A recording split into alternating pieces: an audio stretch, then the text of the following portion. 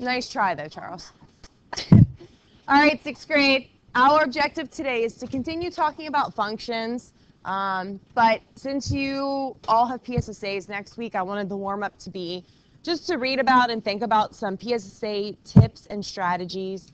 I know you've been consumed with these at school a lot over the past couple days, maybe the past 2 weeks, so yes, you've discussed it. I just want to make sure that I am preparing you and at least having a conversation with you guys about them.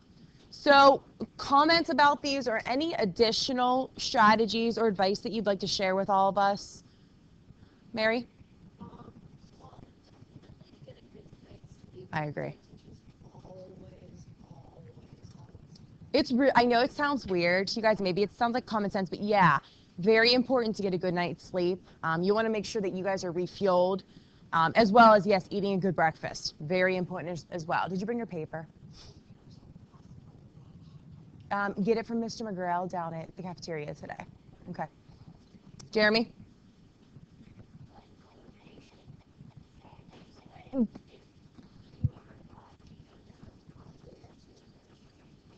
Yep, and when you are eliminating something, make sure that you have a reason of why you're eliminating something. Don't just guess. Like, oh, I don't like A, I'm crossing it off. So, yeah, you guys are smart enough to realize, if you're eliminating something, make sure you're completely sure that is not the right answer.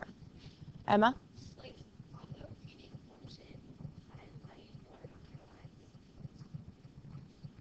Yeah, I've been talking to the 9th graders about this for the Keystone exam. Especially if you don't read carefully. I think you guys are pretty okay with that in here, but some people just fly through things and they miss what they're asking you. Take your time. PSSA is not a time test. Okay, there's no race, there's no rush. Who cares if George gets done, an hour before you? Okay, there's no race. Take your time. I just made that person up. So, yeah, underline things. Make sure you understand what they are asking you. Sean, what else?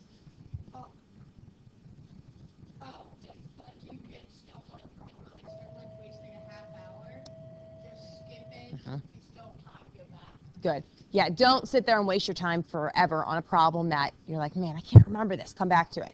Because you might have a fresh brain for that problem. Be like, oh, yeah, that's how you do it. So, and if not, try to eliminate at least 2 and then make the best educational decision you can based on that question. Don't ever just guess. If you can't eliminate something, come back to it, like Sean's saying. Justin?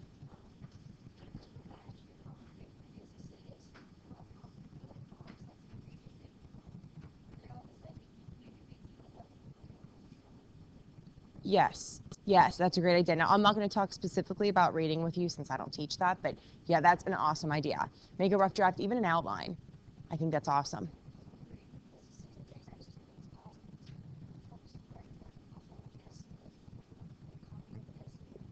Yeah, it's a good point. Alyssa?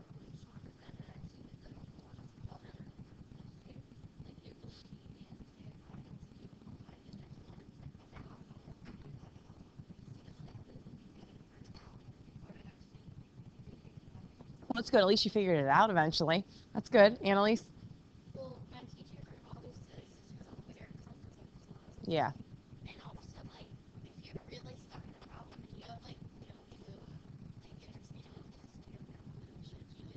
Yes.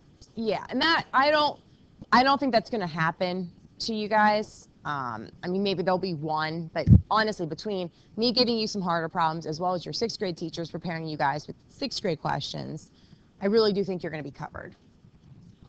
Plus, we've done so much math this year so far. I'm sure there's some things that we've learned that they kind of scale it down to make it easier.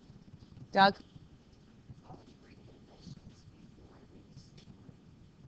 Yeah, but we're talking about math. But yes. Emma H?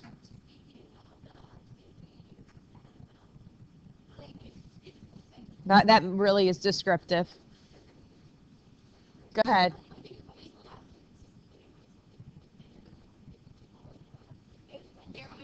Oh, yes.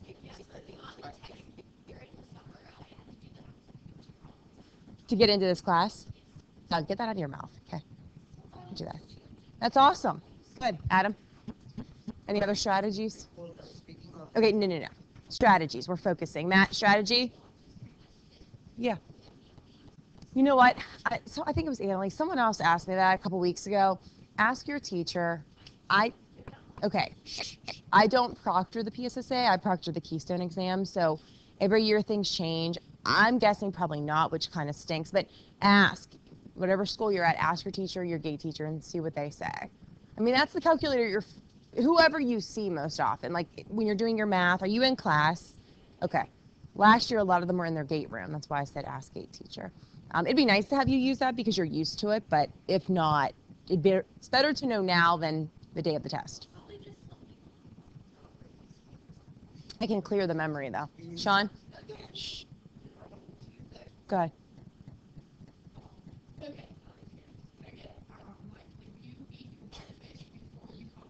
Yes. Yep. Yep. Yes. Yeah, that's true. Yep. Shh, shh, shh. Listen. Correct. You don't want to be annoying. Yes. You guys are pretty good at that, reading a book or working on something. You guys are pretty respectful with that.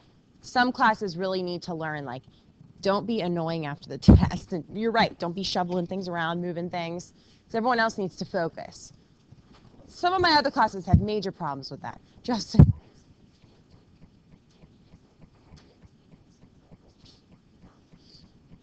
Oh, yeah. Do your teachers, they typically have Kleenex boxes in their room? Okay, so that's, at least you have that there.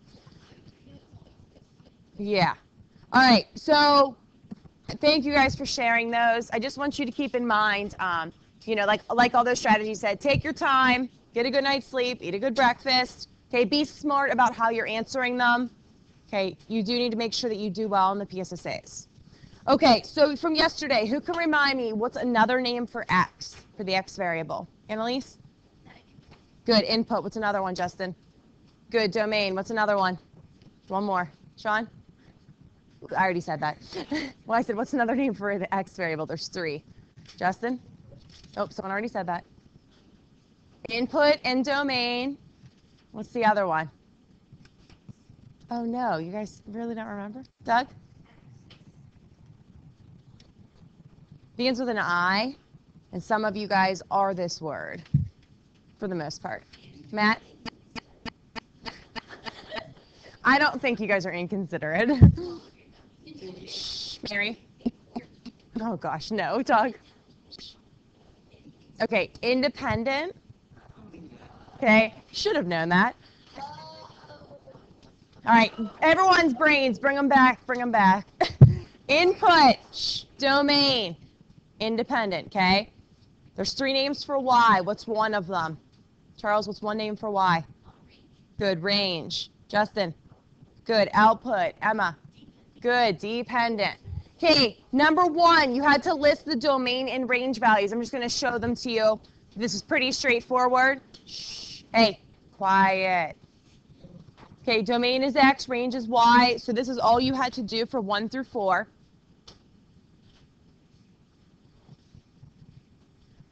Okay, here's 2.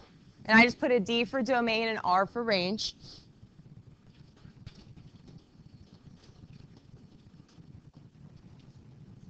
And then number 3.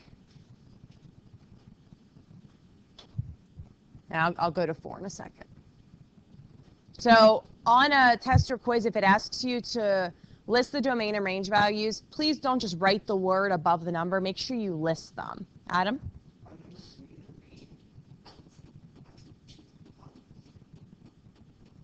Number 3, yes it is. Thank you. Appreciate that.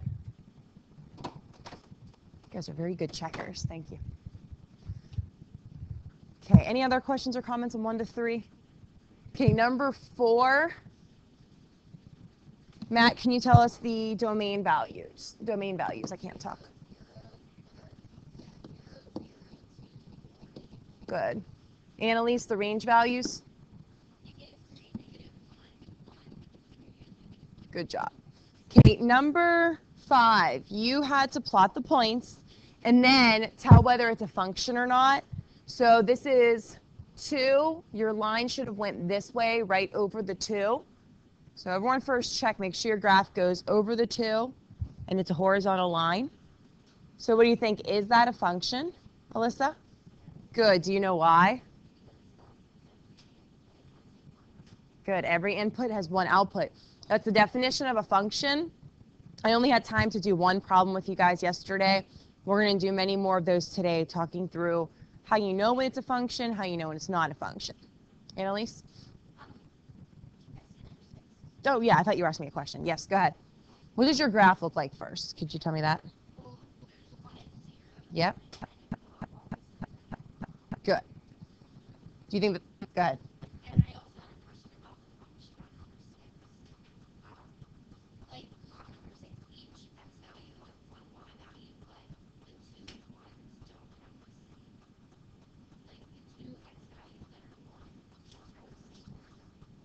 Correct. So you have a point here, but you also have a point here.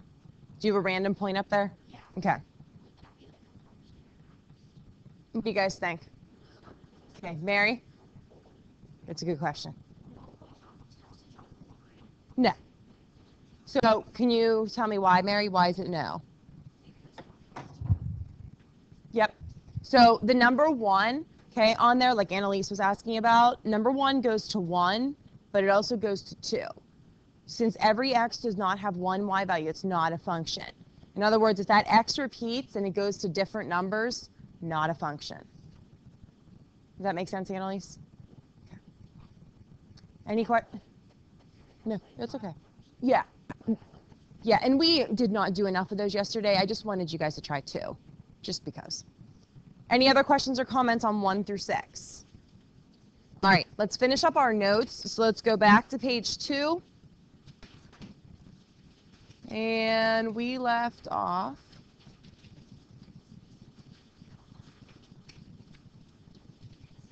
Okay, we left off with number 3 on page 2.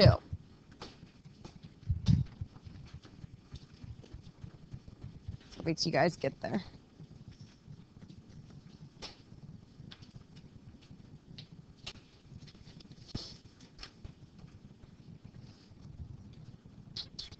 John.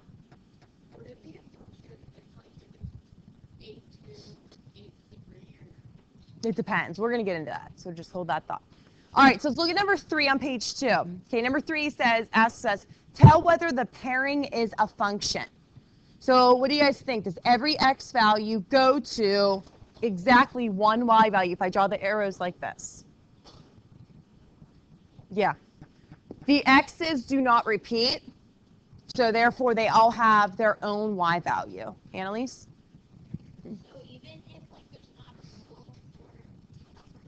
We're not worried about the pattern, right? Yep. Yep, good question. Sean? Charles, you with me? You should not be in the homework packet, okay? Notes, okay? Go ahead, Sean. Yes, yes, yes. Okay, let's go to number 4. Okay, we have input and output values as well on number 4. So 2 goes to 2, 2 goes to 4, 3 goes to 6, 4 goes to 8. Matt, is this a function? Why not? Good. 2 goes to the 2 and it goes to a 4. Since the x repeats and they go to different numbers, it is not a function. Are you with me? Okay, just go to the notes. You can deal with your staple later, okay? You need to pay attention. Doug?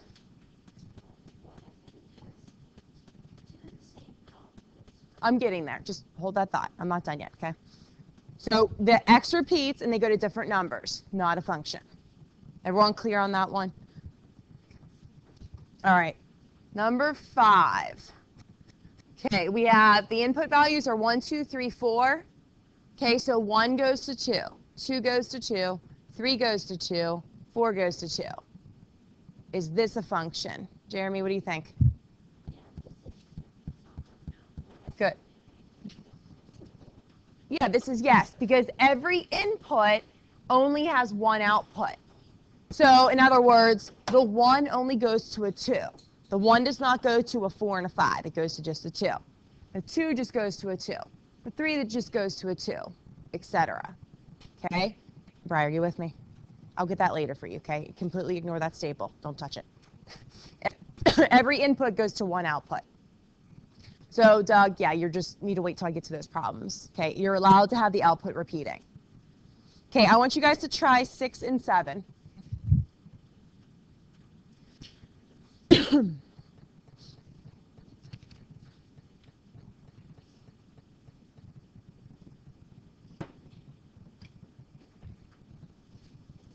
So if you need to make a table, you can.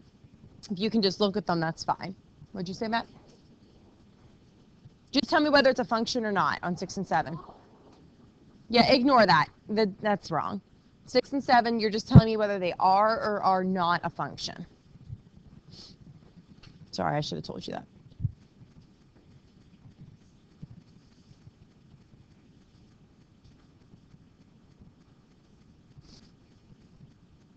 Okay, Justin, what do you think about 6?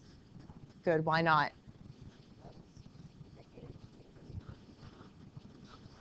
Good, not a function. And again, if you make a table, that's fine. If you just want to look at them, that's fine as well. Since that -2 goes to 2 different numbers, not a function. Okay, Annalise, what about 7? Yes. Good, why? Good. All the x values, all your domain values have one range value. So it is 1 to 1. Okay, pretty easy. Okay, let's flip over and talk about the vertical line test. Okay. Now, you can write down what you want here. Basically, here's what the vertical line test is. This is another way to determine if something is a function.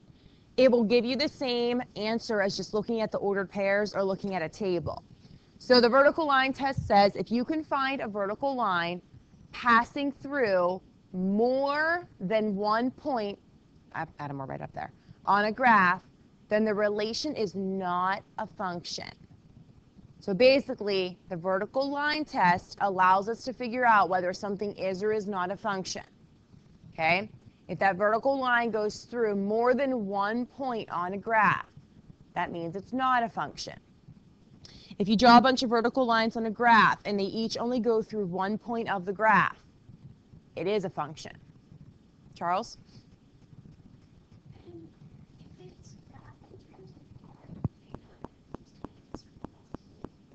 Yes. What'd you say? That's fine. I like this. The vertical line test is pretty easy.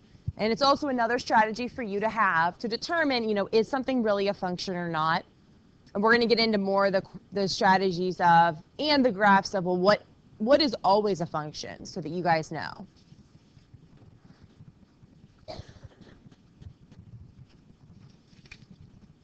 Okay, when you're ready, I want you to take a look at those 4 graphs that I have at the bottom.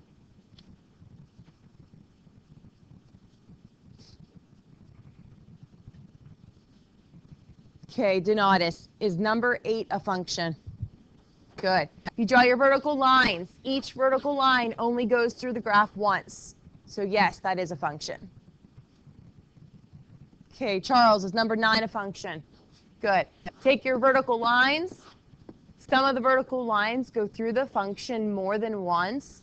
That means it's not 1 to 1. It's not a function. So in case you're a little confused for some reason, this point would be -2, -1. This point would be -2, +1. So going back to the ordered pairs, you'd have 2 x values that are going to different y values. So you're finding and proving the same thing. Your vertical line test tells you the same thing as looking at the points. Okay, if that x repeats and it goes to different y values, it's not a function. Charles? Good job. Is everyone clear on what I'm talking about, on how it's the same? Okay, number 10. Emma M., what do you think? Good, why not?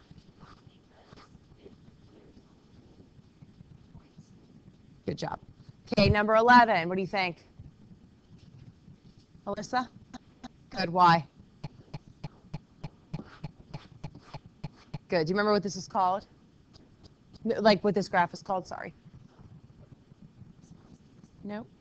It's called a parabola or a quadratic function. I told you that maybe once a long time ago. You don't need to know that. Just seeing if you remembered. Emma H., did you remember that? Someone whispered it. Charles, was that, or Donatus, sorry, Charles. Donatus, was that you? Okay. I heard someone whisper it. Okay, questions on those 4? Doug, is this a question or you just have your hand up?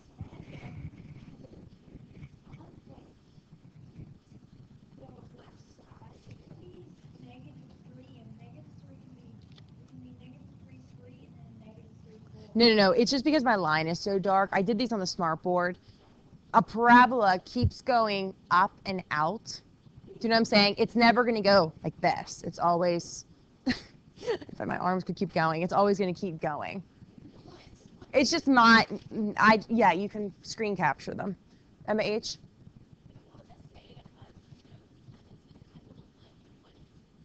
That's what Doug said. It's me, because I drew them on the smart board and I used one of the thick pens. Not a good idea. Matt? You're on TV? Cool. All right, let me show you one more thing.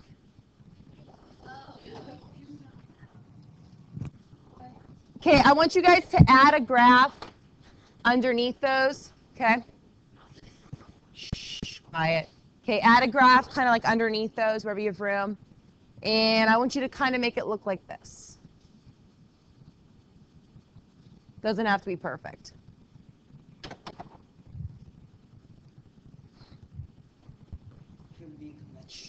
Hey, what happened to raising your hand? No, don't connect the dots. Okay, if you just see a graph with points, okay, you can still determine if that's a function or not. Is that a function? Mary, why not?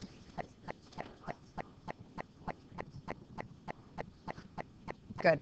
If you make the vertical line test, it does not pass the vertical line test. On your quiz and chapter test, you'll see some graphs that just have dots. Okay, it follows the same rule as if you just have a line. Okay, questions on that one? Okay, I want you to slide over to your graph paper just for now, but don't put your notes away. Okay, so slide over to your graph paper, but don't put your notes away. So you guys should each have 3 pieces of graph paper that I passed out. Okay, at the top, I want you to write down 6 types of functions. I have it right up here. Yes, Mary? We should have taken, each of you should have taken 3. There's extras in the back of the room behind Matt, Mary. Okay, so at the top, I want you to write down 6 types of functions. Okay? No, I'm going to make them with you.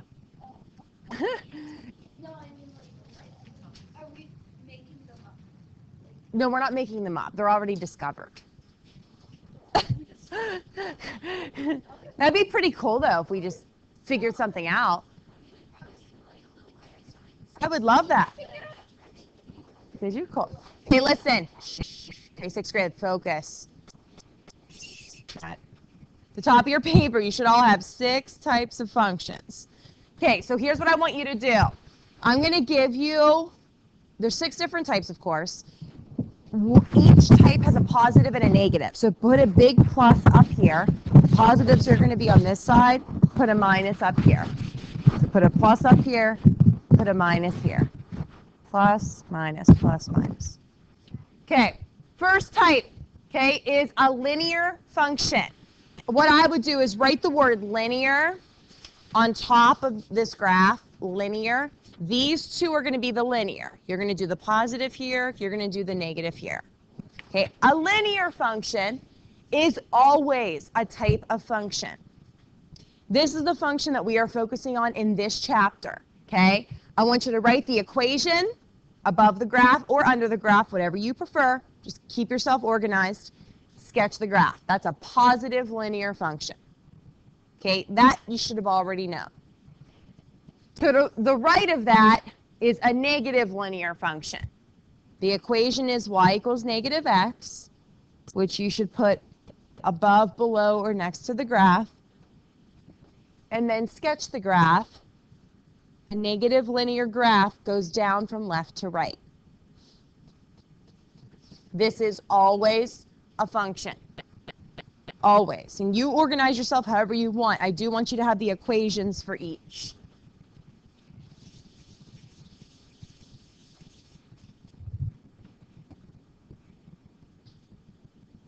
Okay, so that's these 2, that's this chapter, okay? most basic function. Next one is called a quadratic function.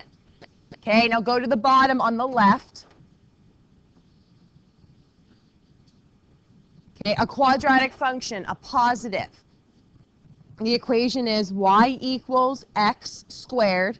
You should be on the left bottom side of your graph. And it's a U-shaped graph. Yes, we can graph these on the calculator. We're not going to do it now, but we could. So a quadratic function is also known as a parabola. That's just what they call the graph. A quadratic function is always a function. Okay, a quadratic equation, a parabola, it's always going to pass the vertical line test. It's always going to be a function. Annalise? I'm not sure yet. Ninth graders always have to memorize them. Not sure yet. Let me just see how this goes. Matt?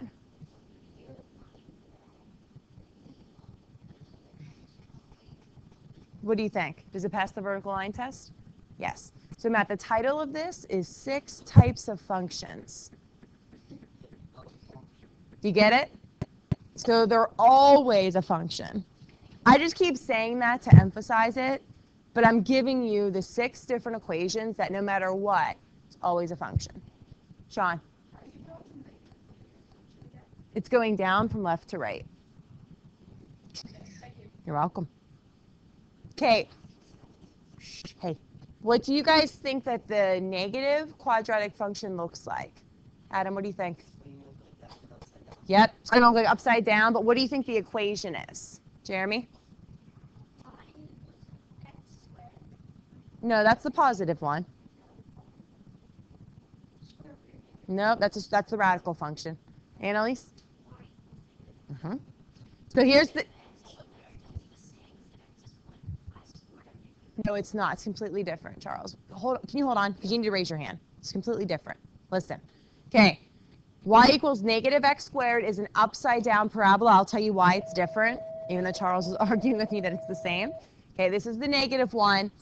In Algebra 1, you will learn how to graph these. If it's up, it's called concave up. If it's down, it's called concave down. So they describe whether it's up or down by the concavity. That's the word that they use. And you'll get to this next year. Now, the reason that it's different is since there are not parentheses here, you square the x first, the negative goes in front. Technically, it really, I guess, is like, if you don't have parentheses, that's what you assume. If there are parentheses like this, Charles, this is what you're thinking. You're thinking that that negative goes with the x, but it's really in front of it because there are not parentheses. Got it? Got you with me? Okay. And I'm not going to get into a ton of detail. I would love to have time to show you guys how to graph these by hand. Maybe there will be a little bit of time in May.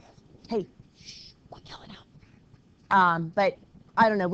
I need to see how you guys do with linear functions. But these are interesting. I think these are more fun to graph than just graphing a line.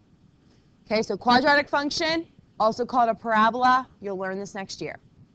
Okay, I'm sad I won't have you to teach it to you, but that's okay. Okay, next type of function is a cubic function. You will learn this in Algebra 2. Okay, so on the next page of your graphs, positive on the left, negative on the right. A cubic function has an exponent cubed. Okay, it kind of looks like a squiggly line. It's positive because it's going up from left to right. So notice? No, it doesn't. Okay, so if this is the cubic function, it's going up and to the right and up and to, if my arms could keep going. So it's not just going, right. It's me drawing this, Donatus. I'm not so good at that. And I guess why I drew it like that, Donatus, is it's moving over very, very little as it's moving up, okay? And your calculator does it. Anyways, so no, it looks like it, but it's me drawing it. That's the problem. It's always a function because it's always going up and over, okay? All right, what do you think is going to change with the equation on the negative cubic function? Briar? It's going to have a negative in front. What do you guys think the graph's going to look like? Charles, what do you think? What do you mean by that? Say that again. Okay. Okay, so it's going down from left to right, which is why it's negative. It's going down from left to right.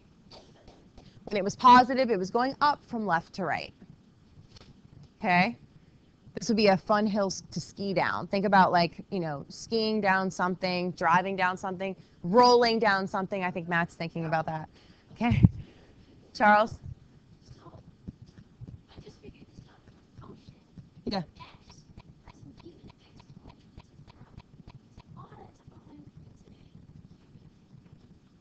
Yes. What are you doing? Typing in random things back there. Good job. Okay. Questions on the cubic function. Okay, next one. Okay, absolute value function. These are fun. I have an enrichment program in the Algebra 1 classes that I teach, so anyone that kind of wants challenged, I taught them a whole chapter on absolute value and how to graph them by hand. This is interesting as well. I'm getting there. You won't do this until, probably Algebra 2 is when you guys will see these, the end of it. So my lines are a little messed up. The absolute value bars should be, they should be kind of right next to each other. Okay, so it's always y equals the absolute value of x. The graph looks like a V if it's positive. So what do you think the equation looks like on the negative one, Annalise? Y equals negative. Good. Y equals negative absolute value of x. So Mary, what do we think the graph looks like? Good job. It looks like a V. Yep, that's why I said it looks like a V. Think of the absolute value, how it begins with a V. So it's an upside down V, and if it's negative, there's a negative in front. So again, there's another type of function. So Matt, this is also always a function. Now, the arrows, guys, when you draw your vertical line, even if it goes through the arrow twice, that doesn't mean it's not a function. The arrow's there just to tell us that graph goes on forever. Okay, just in case that's not common sense to you. All right, this one, probably the end of Algebra 2 you guys will learn. All right, next one, inverse function. Why does that look so weird? That should not look like that. Okay, the inverse function, kind of interesting. You won't learn about this until trig pre-calc. Positive inverse function is y equals 1 over x. This is always a type of function. It looks like it's not, and I'll show you why it seems like that, but I'll explain why it is. The graph looks like there's two parts to it. There's really not, okay? There's something in quadrant 3 and something in quadrant 1. From left to right, it's going up. From left to right, it's going up. That's why it's positive. So there's something called an asymptote. I know it sounds really weird. Don't laugh at me, okay? There is an asymptote here and an asymptote here. Basically, these are boundary or restriction lines. If you graph this on your calculator, you'll see like kind of like a dark line through here and through here, which basically tells you that this graph is going to keep moving over and up, but it's never, ever, ever going to touch this axis or this axis. Okay, they're boundary lines, but it's called an asymptote, and in trig pre-calc, you guys will find equations of them. Charles? Well, are you sure the top one does all the way keeps going? It does. Yep. Well, here's the problem is sometimes if you don't zoom in on your calculator, sometimes it looks like it stops, but it really keeps going. But it gets so close to this axis that it just, oh, but it does. It keeps going. Keeps going up forever, I promise you. I am 110% positive. The bottom one does the same thing. Goes over, it goes down. Okay, what do you think the negative one looks like? Briar, what do you think? Good, and what about the equation? Adam, what do you think? Not sure? Justin? Yep. Let me move this. I don't like how that looks. You like the green? Is that what you said? Me too. But I didn't like that. It looked disconnected. Okay, so the -1. Y equals -1 over x. So as Breyer told us, we now are in quadrants 2 and 4. It's going down from left to right if you kind of think of it as one function all mushed together, even though they really aren't touching. Your boundary lines are here and here, okay? And it's decreasing from left to right.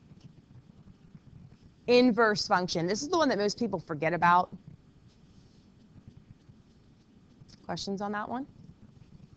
Okay. I think this is the last one. Okay, radical function. I need to borrow, can I borrow your calculator for a second? Okay, radical function is your square root. Okay, we have y equals square root of x. Kind of looks like a little line, just kind of going to the right, and yes, it goes on forever.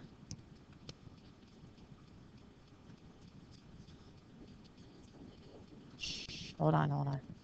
We're getting there, hold on. Thank you, Elise. I do always steal calculators, but you don't have yours out. Whoever sits in the front row, sorry. No, so if you want on your calculator, if you go to y equals and type in y equals x squared, it goes on and it actually keeps going a little bit higher as you keep going. Do you know what I mean? It's going to keep going up and over. I just can't draw. Yeah. All right, so the -1. If we make the equation, and let me erase something. There's a couple ways to do this. If we make the equation y equals square root of -x, I know if you have a negative inside of a square root, that's imaginary. But there's a graph that goes with this. So this is one option for the negative. You could also graph it with the negative in front. Y equals negative square root of x. No, you're not graphing an imaginary number. There's a negative inside the square root symbol, but we don't know what x is. So basically, there's a way to represent this as a graph. When you graph quadratic equations and your x-intercepts are imaginary, you can still plot them on the real and imaginary axis. Now, there's a lot for me to say about that. You're probably confused. I wish I had time to teach you all that. I don't know if there will be time this year. Okay, so what do you guys think the graph looks like? Take a guess. Matt?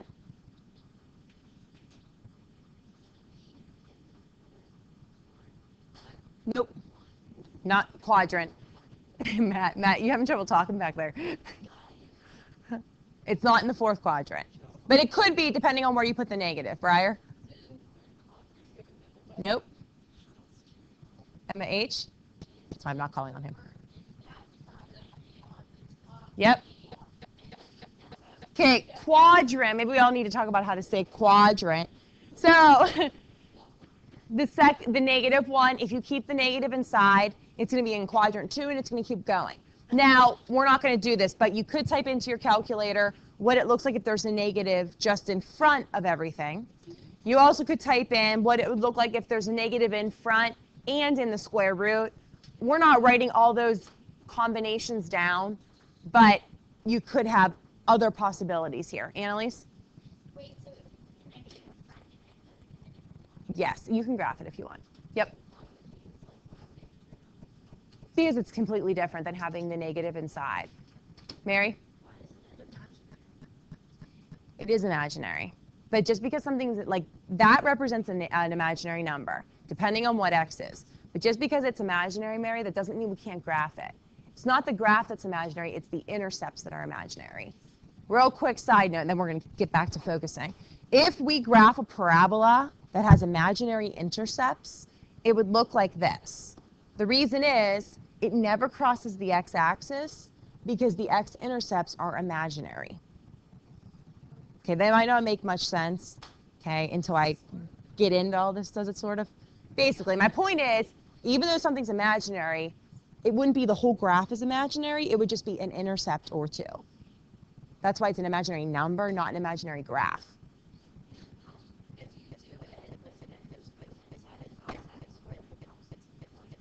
Yeah. Yep. Okay, Charles, question. We're not getting to that right now. That's calculus. Thank you for asking, though. Sean, matrices are fun. I really like this. I'll show you those at the end of this chapter. Go ahead, Sean. Yeah. How do you do that? You go to math and then number. I didn't want to get into that today, but go to math. Yeah, ABS is absolute value. Matt? Okay, can I get through one more thing, then I'll fix it for you? Guys, so here's the deal. With the calculators, I didn't want to get into all that today just because of time. But if you're having an error with something, I can help you in about 5 minutes. Okay, let's flip over your notes. I think I want to do one or two more things.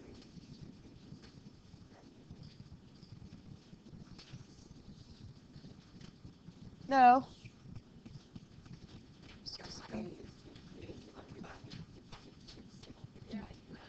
Oh, yeah, that's right. I forgot. You're right. Thank you. It's all right. You have an extra one for later. Okay. I think this is page 4 in your notes. You're not with me. Yeah, page 4. Okay, here's what I need you to do. Cross off where it says warm up. This is really important. Write down the word linear combination. Doug, get the calculator away. On page 4, cross off where it says warm up. Write down linear combination. Has anyone ever heard of a linear combination? Okay, so I don't want to do this as a warm up. We're going to do it together. So if someone asks you the question, is each ordered pair a solution of the equation 3x plus 2y equals -8? How do you do this? Emma H? Good. Put 0 in for x, put 4 in for y. Is it a linear combination? In other words, is it a solution to this equation? Well, let's see. We have 3 times x, which is 3 times 0, plus 2 times y, bless you, which is 2 times 4, bless you, all equal to -8. 3 times 0 is 0. 2 times 4 is 8. 0 plus 8 is 8. Am I going too fast? Does 8 equal -8? No. Put a line through the equal sign.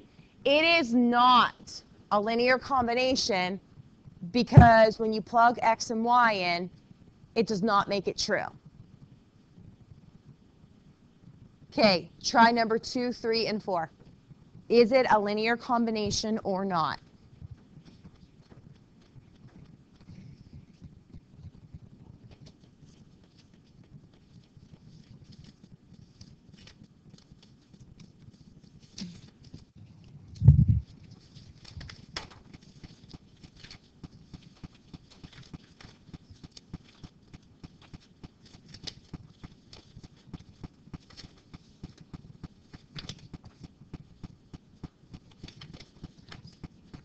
You can, and I'm going to eventually show you that, Charles. Yes.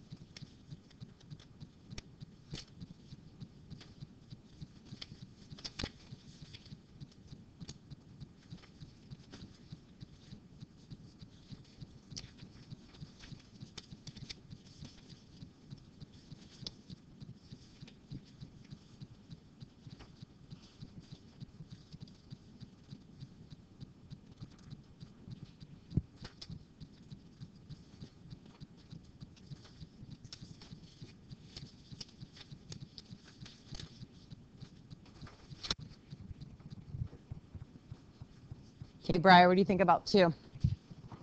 Good. 2, yes, it is a linear combination. Donatus, what do you think about 3?